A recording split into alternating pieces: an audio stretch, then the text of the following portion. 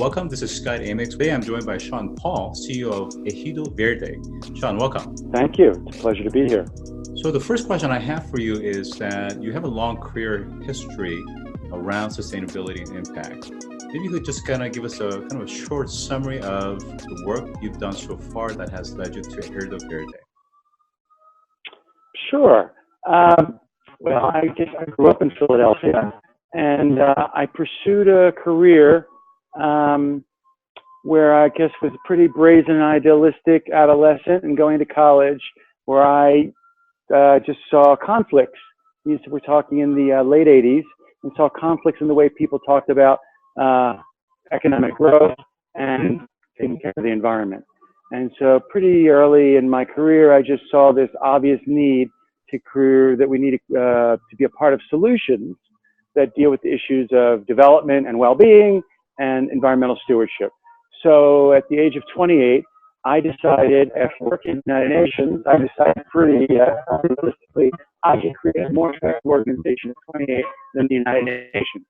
And that organization, the Technological Development Fund, really is emblematic of what's since followed in my career of really trying to innovate ways for money and finance to support solutions for sustainable rural livelihoods and the conservation of nature.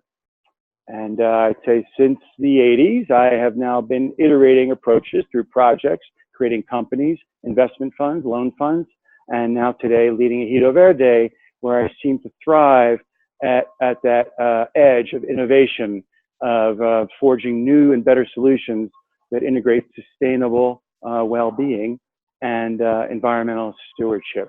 Particularly informed and moved in my career by my work and experiences working with rural and indigenous communities. So much of what forms my vision of what is progress or well-being is really significantly informed by the traditional wisdom I've been able to learn with in working with many indigenous cultures. So let's start there with the indigenous people. And of course, depending on the region that we're talking about, they're going to be very different. But oftentimes, as a kind of a general statement, is that they're sometimes underrepresented, not just from a legislative governance, but also from a funding perspective. So many times their livelihood and socioeconomic status is correlated to their lack of opportunities. So how are you helping the indigenous people, specifically in Mexico? And I'd be curious to know which state, which specific region, and the kinds of specific indigenous groups of people that you're helping, and how are you helping them? Okay. A little factoid on the role of indigenous people in the world. Depending on how we measure that, that's usually self-identified as indigenous or first peoples, original peoples. They represent about 5% of the world's population, thousands of languages, and that 5% of the population is steward of 80% of the biodiversity of the planet. So in terms of climate change, environmental stewardship, we have a very small population that has an outside influence, wisdom, knowledge, and practice, and a lot of their traditions offer guidance for solutions for some of the 21st century environmental stewardship solutions that we need, in terms of solutions to our climate crisis. More specifically, here I'm based in Morelia, Michoacan, central mountains of Mexico, a few hours southwest of Mexico City. I'm in a region that the first peoples here are the Purupecha. Meaning they made their way before the Spaniards. They're around alongside the Aztecs, most people have heard of. And in this region, the Purupechas have sustained traditional livelihood over the millennia from tapping their native pine trees and extracting pine resin. In pre-colonial society, that pine resin was used for medicinal purposes, and it's quite often used as a sealant to make boats more seaworthy. And in fact, when the Spaniards came to Mexico, in addition to looking for gold, they sent back pine resin to make their boats more seaworthy, which is consistent with the practices as documented in the Bible. Noah's Ark was used pitch to make it seaworthy, based on the very same pine resin that the Purupecha here in Michoacan have been using for millennia, and it's the very same practice that many first peoples around the world have been relying on pine resin for traditional practices. So beginning at the beginning of the 1900s was really the birth of the pine resin industry here in Michoacan. Most people don't know that we use things made from pine resin every day in every way. We use pine resin. It's in the glue of our shoes. It's in the suppleness of our clothing. It's the ink that makes paint stick to the road. It's in the ballpoint pens. It's in the preservatives of our food. Every colas in the world has a little bit of pine resin in it. That just give you a sense of the hundreds of commercial applications today that rely on pine resin. And this industry that took root in the early 1900s here in Michoacan, it grew through a heritage trade relationship between a family that started buying pine resin from the Purepecha and forest communities in Michoacan. And they started over years transforming that raw pine resin into ingredients and commodities that are sold to the world. Today, that market globally represents a $10 billion global market. And that gives the context of the people in place and our connection to our place and the world guided by pine resin. Yeah, I really like that context, is that the sector that you're talking about isn't something that's brand new or it's foreign to that local region, but rather it's indigenous. It's specifically has actually grown within that region. And you're talking about a history that probably goes back beyond even 100 years, that indigenous people probably use for other medicinal, herbal, and other uses. And you're right that the variety of resin is fairly wide, from hard resin to oleo resin, gum resin to fossilized resin, and the uses is significant. So tell us a little bit about your company. What exactly are you guys doing? And specifically, because this industry has been in that region so long, why do you need to institutionalize it in the form of a company at this point? Right. Good question. So, I am on the shoulders. Ejido Verde stands on the shoulders of what we call a heritage trade relationship between forest communities selling their resin to industry.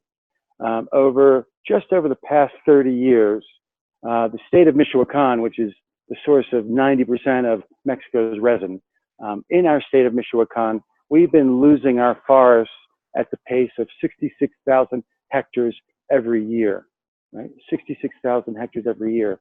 To give a sense of that, what scale that is, Manhattan is 6,000 hectares, right? So we're losing 11 Manhattans of forest every year in Michoacan for the past 30 years, okay?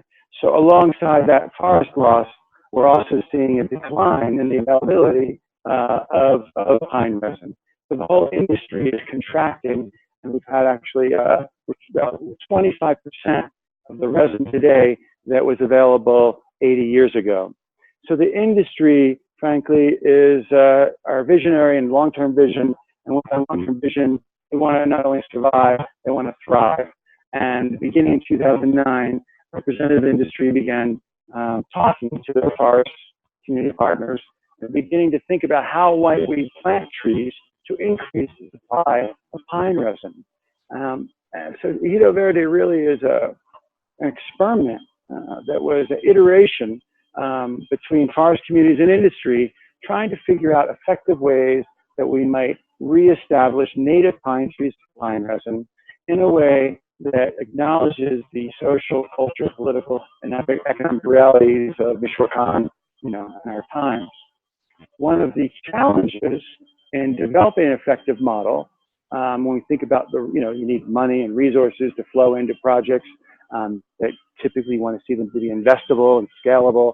And one of the fundamental challenges is that the land where the forests are and where the trees grow are communally owned by rural and indigenous communities.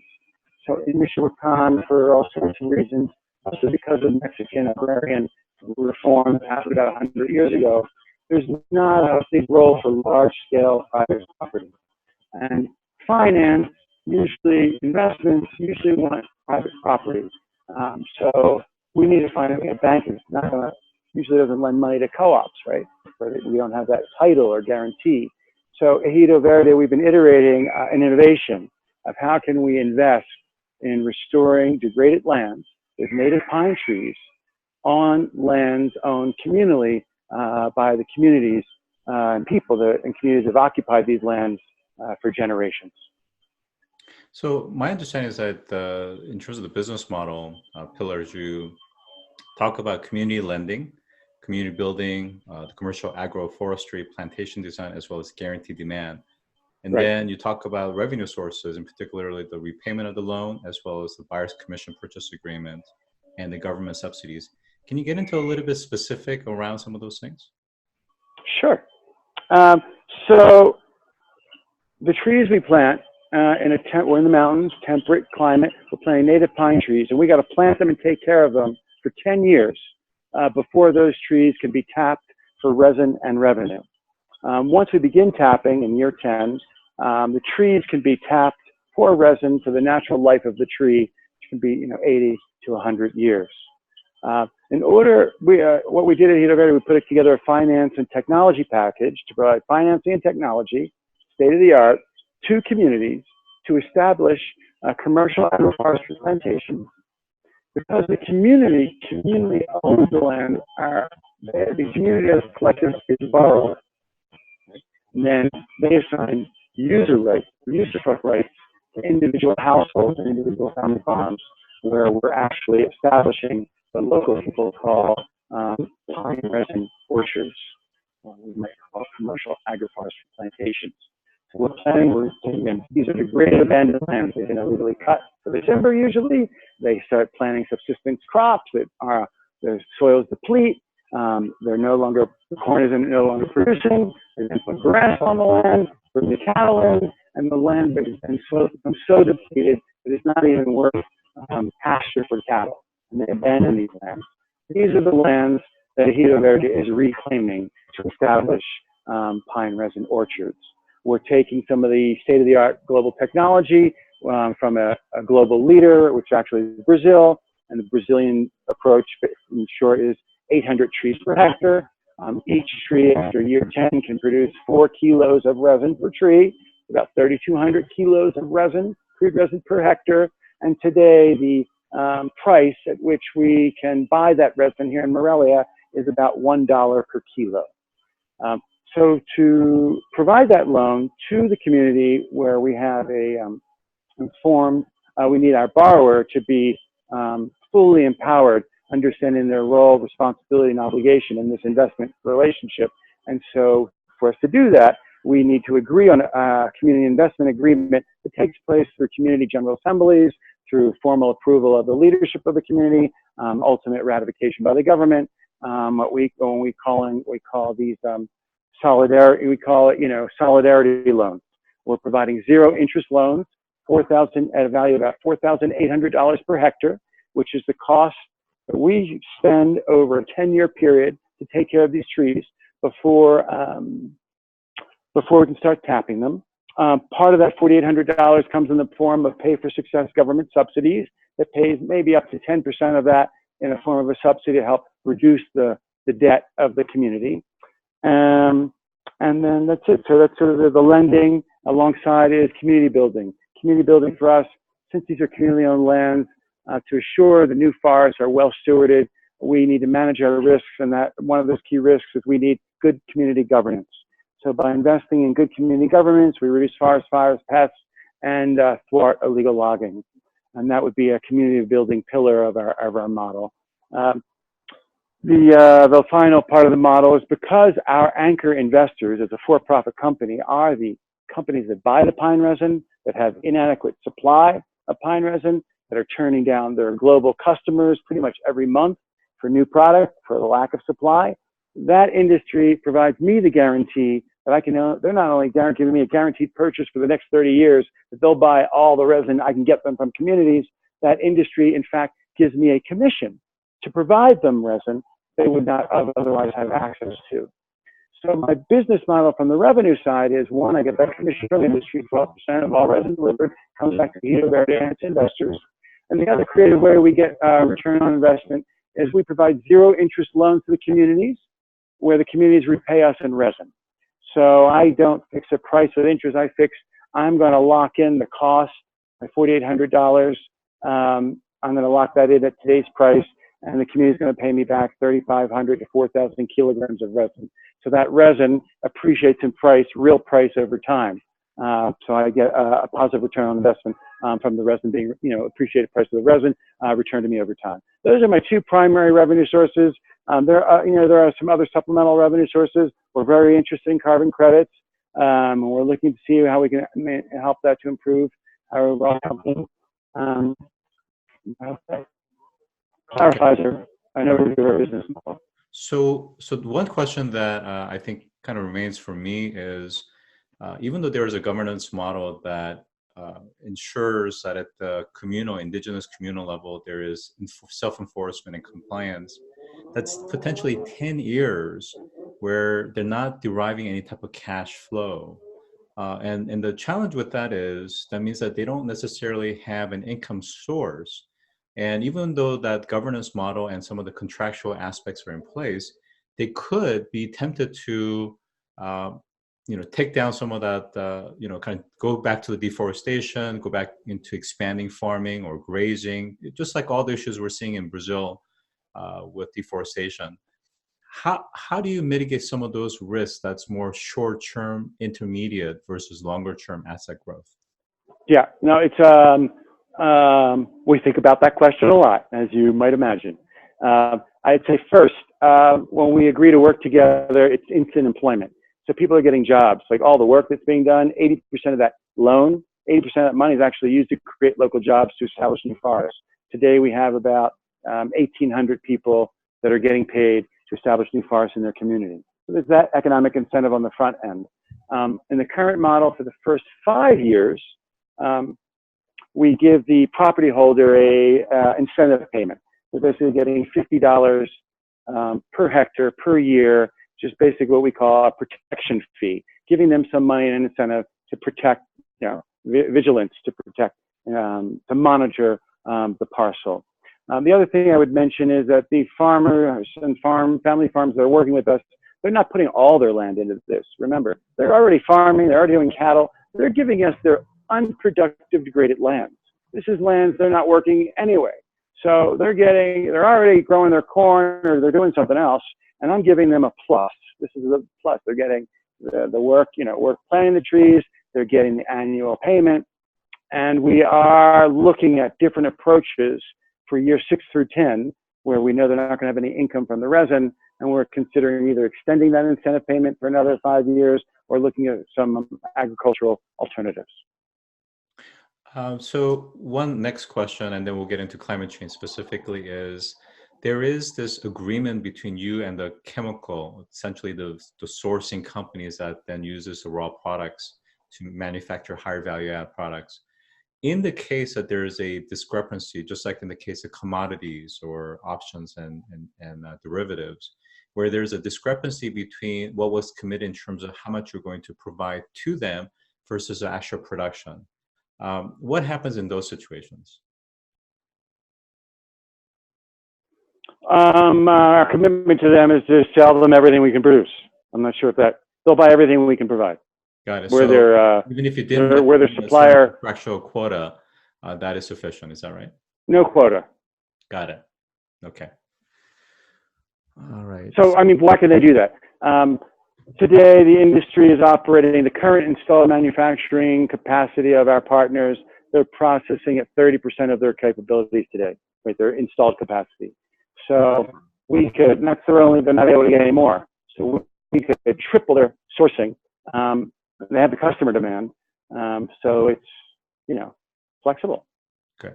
So let's talk about climate change, and we do need to wrap it up in a few minutes here, is that the rise in temperature is having some issues where in particularly there's an increased beetle activity due to the warmer climates. And they, of course, attack these trees and the barks as well.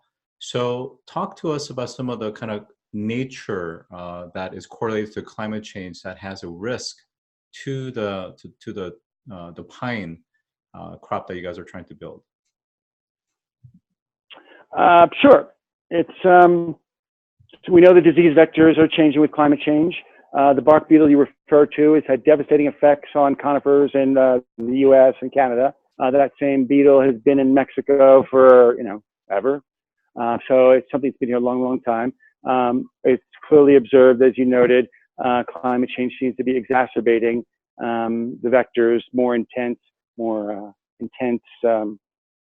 incidences. There is a cycle, a behavior. There are patterns. We look for patterns and behaviors. The beetle has a pattern behavior. That pattern in this region is the same. It goes dormant for a while. It always comes back. You never get rid of it. And it often comes back with certain veracity, strength.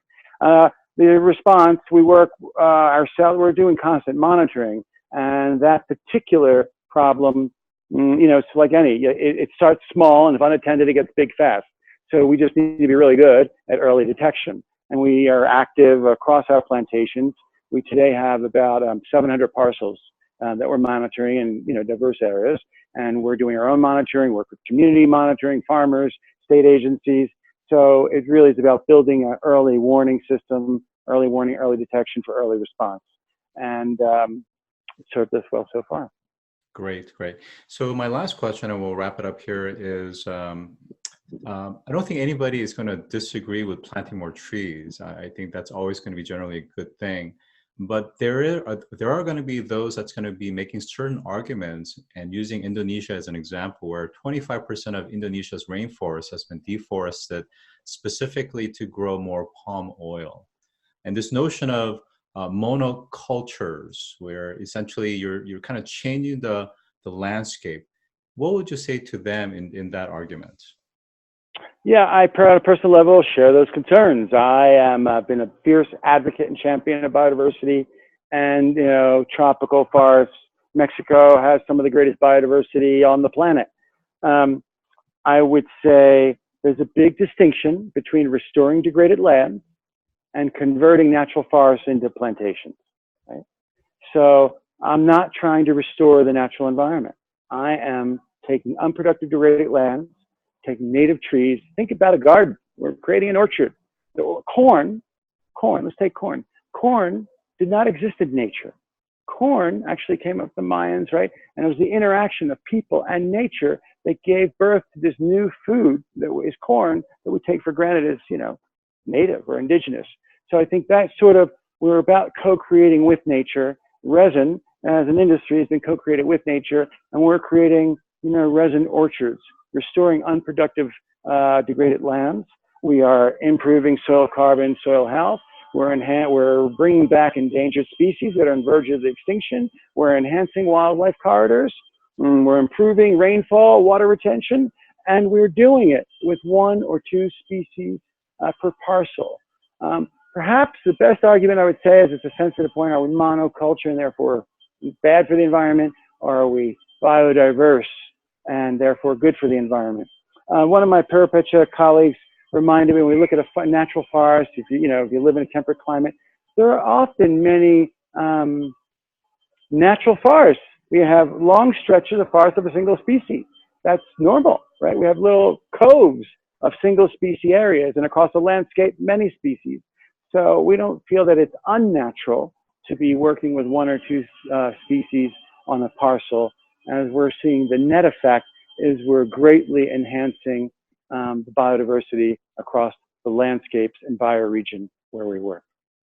Yeah, so just as a recap, I think, my opinion in terms of this conversation is that where the innovation of Ejido Verde is really the business model, the creating the right incentive and payment structure so that all multi-parties essentially win.